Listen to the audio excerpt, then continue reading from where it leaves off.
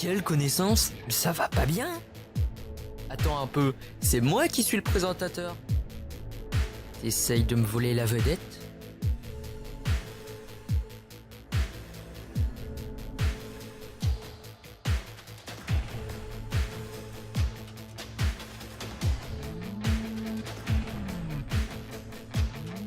Oh non.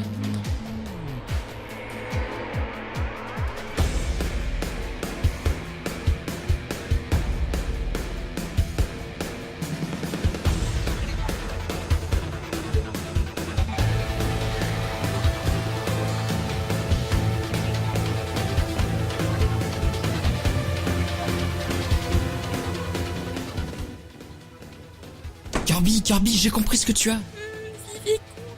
Paul, viens chez Kirby, on a un gros souci. Il faut vite le faire consulter. Tu peux pas l'emmener à pied? Y a un cabinet médical près de l'immeuble. Non, pas n'importe quel docteur peut le soigner. Il faut l'amener chez un vrai professionnel.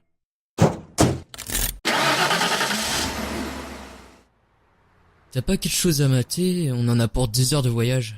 J'ai le DVD de Sherlock saison 1 dans lecteur. Faisons une critique, sinon on va être encore en retard. Ouais, à peine on a un studio tout neuf qu'on doit déjà le quitter. Bref. Salut, aujourd'hui je vais vous donner mon avis sur la série britannique Sherlock produite par la BBC. J'ai beaucoup de choses à dire sur cette série, alors je vais parler uniquement de la première saison aujourd'hui. Sherlock est une série télévisée policière créée par Mark Gatiss et Steven Moffat. Elle a été diffusée à partir du 25 juillet 2010 sur BBC One et chez les Français le 1er janvier 2011. Une excellente manière de débuter une année. Il s'agit d'une adaptation moderne des aventures de Sherlock Holmes créée par Sir Arthur Conan Doyle. Nous suivons tout d'abord la rencontre entre le détective privé éponyme, défini par son entourage comme un génie asocial, sociopathe et psychopathe, et l'ancien médecin militaire John Watson. Cette rencontre les amènera à emménager et résoudre des énigmes ensemble, mais elle apportera aussi son lot de problèmes, que ce soit des ennemis ou des soucis plus personnels.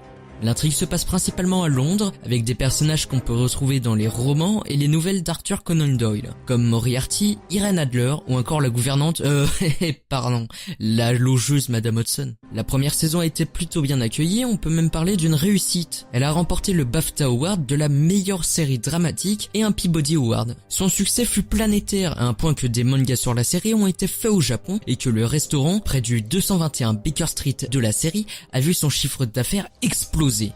La saison 1 est composée de 3 épisodes nommés respectivement Une étude en rose, Le banquier aveugle et Le grand jeu. Chaque épisode tourne aux alentours de 90 minutes. Pourquoi j'aime? Une des raisons principales qui fait que la série est audacieuse est que son scénario modernise les romans et nouvelles de l'écrivain en les transportant dans le contexte sociopolitique de l'Angleterre actuelle. Mais les scénaristes n'ont pas simplement modernisé une aventure de Sherlock Holmes par épisode. Non, ils en ont mélangé, créé de nouvelles et même placé des éléments qui auront une importance dans le futur. Ils ont tout prévu sur des épisodes et des saisons à l'avance. C'est un gros point positif, les épisodes ne sont pas indépendants mais ils sont tous liés d'une façon ou d'une autre. Les épisodes sont donc chacun extrêmement bien écrits. On peut même dire qu'ils sont tous audacieux. Les scénaristes osent revisiter un chef-d'œuvre de la littérature classique. Et ça fonctionne très bien. Ils montrent que Sherlock ce n'est pas seulement une pipe et un deer stalker, c'est avant tout une personnalité excentrique et arrogante avec un gros soupçon d'intelligence. L'introduction des deux protagonistes est aussi très bien écrite. Tout d'abord, nous entrons dans le vif du sujet avec un John Watson hanté par les batailles passées en Afghanistan, tandis que Sherlock apparaît pour la première fois en train de fouetter un cadavre, sans aucune morale. On essaye donc de nous faire croire que ces deux personnages sont très différents. L'ancien médecin militaire sauve des vies, et le détective privé, lui, ne veut que remplir son plaisir d'analyser et de détruire, peu importe s'il dépasse les limites morales. Mais ce n'est pas ça. John ne cauchemarde pas sur son passé. John en rêve. Sa vie n'est qu'un enchaînement de banalités qui lui fait regretter l'époque quand il vivait dans le feu de l'action, quand son adrénaline était constamment au maximum. Il n'est alors pas si différent de Sherlock, car il le rejoint dans ses enquêtes justement pour redonner du piment à son quotidien, revivre les émotions qu'il vivait auparavant. Les scénaristes adorent jouer avec nous dans cette série, et c'en est plus que plaisant, que ce soit lorsqu'une enquête est remplie de retournements de situation, ou que ce soit quand tout ce qui entoure les personnages n'a plus réellement de sens. Ça renforce même le fait que Sherlock est un individu intellectuellement supérieur, car lui, il trouve souvent une solution, qui n'est généralement pas la même que la nôtre. Les scénaristes ont donc créé un personnage qui en impose intellectuellement dans son monde à lui, mais aussi dans le monde réel. Et ce n'est pas commun.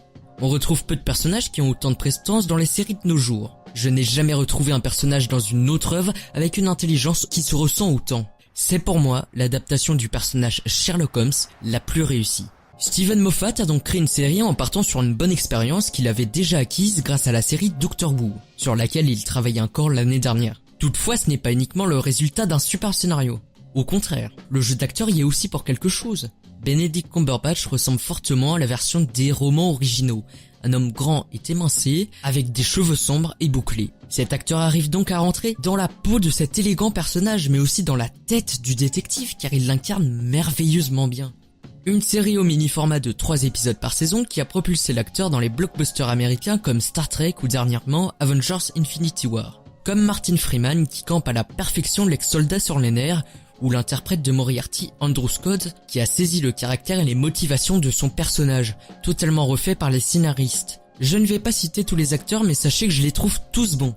Le nombre de fois qu'il m'est arrivé de chantonner le générique de la série. En effet, chacune des musiques est bien composée, s'accorde parfaitement avec l'atmosphère et l'ambiance des épisodes. On y retrouve ces mélodies redondantes propres au thème de la série, donc si on entend une de ces musiques, on va vite la reconnaître. La série a sa propre identité musicale. À la vue du générique, j'ai toujours ce petit frisson, cette petite sensation qui me dit que ce que je vais regarder, ça va être bien. Et oui, tout est bien, les épisodes sont bien rythmés grâce à notamment un montage dynamique et intéressant qui propose quelque chose d'original mais de sensé. Chaque épisode est un vrai jeu de piste et même si le retournement de situation ne marche pas 2 fois, les émotions, elles, sont bien conservées. La série Sherlock est aussi ce que j'appelle une bonne adaptation, c'est-à-dire pas trop proche de l'œuvre originale et pas trop loin. Je ne vois pas l'intérêt de garder le même scénario, c'est pourtant le souci que les gens ont généralement avec les adaptations. La série est totalement différente de ce qu'on peut connaître dans le même genre. Elle casse les codes des séries policières. Elle amène donc un vent de fraîcheur qui fait beaucoup de bien. Les personnages sont différents, on peut citer tout d'abord John Watson qui est, à mon avis, la première fois utile dans un film ou dans une série. Il ne sert pas juste de toutou pour Sherlock Holmes, ici il dépose son avis, il aide à enquêter et surtout il sert de motivation pour Sherlock. James Moriarty est totalement reconstruit. Nous ne sommes plus en face de l'archétype de l'antagoniste. Cette fois nous avons l'opposé parfait de Sherlock Holmes. C'est un criminel consultant qui lui aussi est très intelligent. Son entrée est d'ailleurs très bonne puisque nous le rencontrons sans savoir que c'est lui, tout comme Sherlock et John, ce qui rend le final de la saison 1 très bon.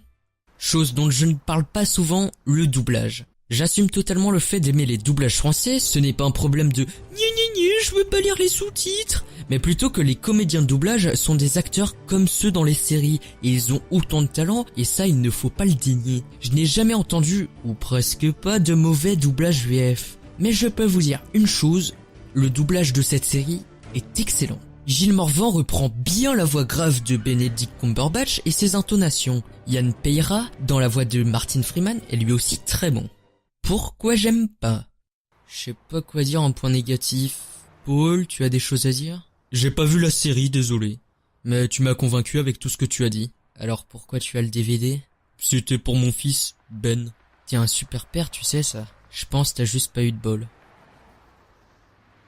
J'ai beau chercher, je ne trouve pas quoi dire de négatif sur cette série. Elle a bien des points positifs, là-dessus je n'ai pas eu trop de problèmes. Mais c'est sur les points négatifs. Je sèche.